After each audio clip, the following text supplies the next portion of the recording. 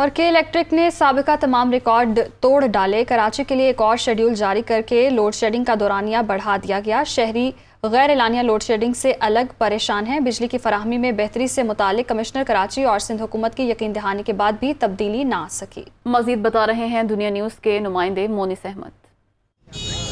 देखिए, अगर के इलेक्ट्रिक की बात करें तो कराची में इस वक्त अगर मैं ये कहूँ कि तमाम रिकॉर्ड टूट चुके हैं माजी के लोड शेडिंग के, तो शायद गलत ना होगा।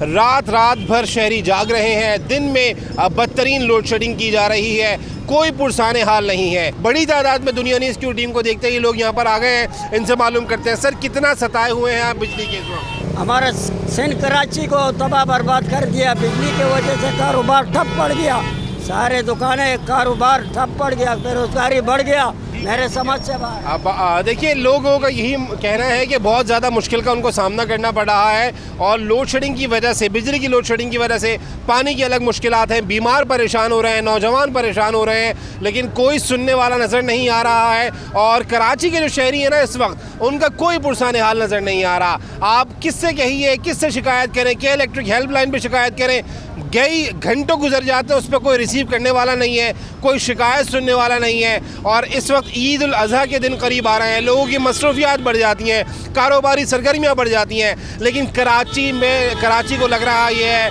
कि पत्थर के दौर में वापस पहुँचा दिया गया है और इस वक्त उनका कोई पुरसाने हाल नज़र नहीं आ रहा। जी।